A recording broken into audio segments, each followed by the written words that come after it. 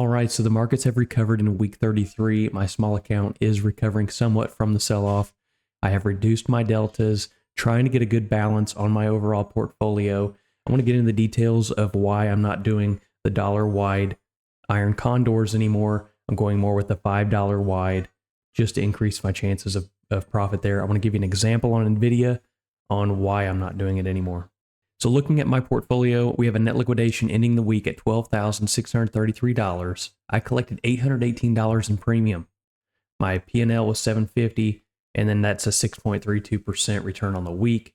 And so I'm down 21% on the year. And my goal is to get that back by the end of the year. And if I don't get it back by the end of the year, it's not a big deal. I've learned a lot this year. So being down that much on my account is a learning lesson. That's my market tuition.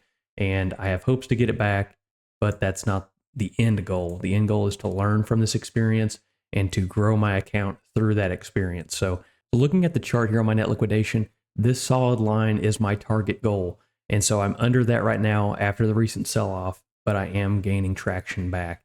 So it is a real possibility that I could make it back by the end of this year. And then my weekly premium has skyrocketed to $800. And the last time I had seen this kind of premium collection in a week was whenever I was doing strangles on futures positions, and I ended up losing half of my account. But this time it's a lot different.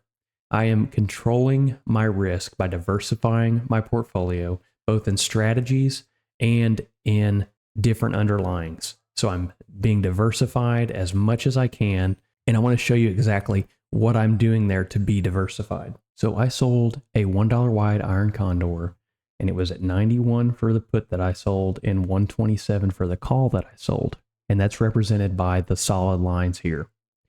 The price stayed in between that range the entire time that I had the position open.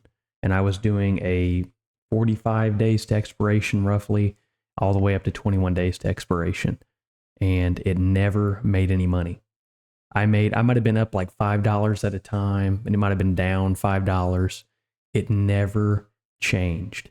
And I'm not putting on enough risk there to collect enough money to make a difference on the iron condors. So in watching the different studies on Tasty Live, I learned that having a wider iron condor actually improves your profitability. So I'm willing to put more risk on the table here to be able to collect more premium and to have more success in my trades. And ultimately, I closed the position for a loss of around $7 or so, $6 or $7. I had to buy it back at 44 cents. So instead of doing a dollar wide iron condor, I need to open myself up to more risk to collect enough premium to have enough success. So I'm going to be doing a $5 wide iron condor and eventually get to the point where I can do a $10 wide iron condor. But I'm looking for those opportunities where the premium is good, the implied volatility is good, we have good volume, and being selective in the trades that I take. Even though I collected over $800 in premium, I'm very diversified. I didn't put all of that premium. I didn't grab all that from one underlying. I grabbed it from many different underlyings here. So I've got SPY, Hood, SoFi, NVIDIA. So those are all, pretty much equities there. I also have ETFs, IWM. I had the SPY there, TQQQ, and I'm also doing gold, GLD, silver, SLV. So I've got a number of different underlyings that I'm collecting this premium from. I even did some bonds like TLT. And so doing different things like that, I'm being more diversified in my portfolio. I'm also paying more attention to my delta. I'm at 5 beta weighted delta right now in my portfolio. I am monitoring that every day. And so I know the directional plays for every underlying in my portfolio using the beta weighted delta. So you can see on Tesla, I own 20 shares. That's a 16 beta weighted delta. And also on the SPY, I've been selling calls, and that's a negative 10 beta weighted delta.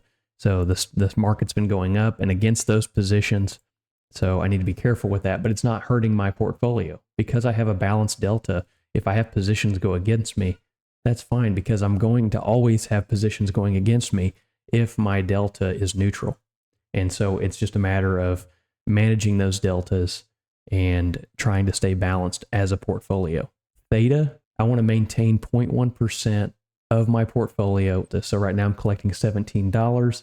That's just over 0.1% in my portfolio because I've got roughly, $12,000 in my account. I'm also focusing on my buying power usage percent. I want that to be 50% or less. I don't want to try to go above that. And you can see I'm high right now, but I do want to manage that below 50%. And then also my portfolio probability of profit there is 60%. That's good to see. That shows that I'm above 50%, and if I was to just buy stocks, I would be at 50% all the time. And that actually shows a pretty good probability there of success with my current positions. The other edge that I have is the different strategies that I use. So I'm doing the wheel strategy where I sell puts, let them get assigned, sell calls on those shares until those get assigned. So I'm doing that right now with Hood, SoFi, and also Chewy. Now, currently Chewy is in the money, so I'll be getting out of those positions. I'm trying to reduce the amount of naked positions that I have. The wheel strategy is a naked position strategy, so I'm going to reduce the number of positions I have on there. And I have now more defined risk trades. Within that defined risk strategy there, I have iron condors and the call and put spreads that I'm doing.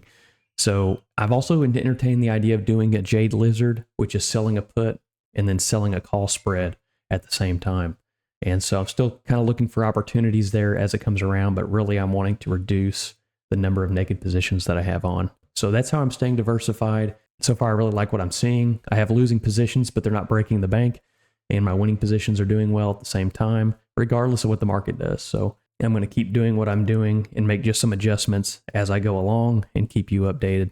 So it's been interesting to see what my small account has done over the course of the year. I've learned a lot, at losing half of my account and steadily trying to get it back and learning all the things that I've learned, even just in the past couple months, has been amazing. So if you want to follow me along on my journey to grow my small account, hit the subscribe button. And if this video was a help to you, hit the like button, and we'll see you in the next video.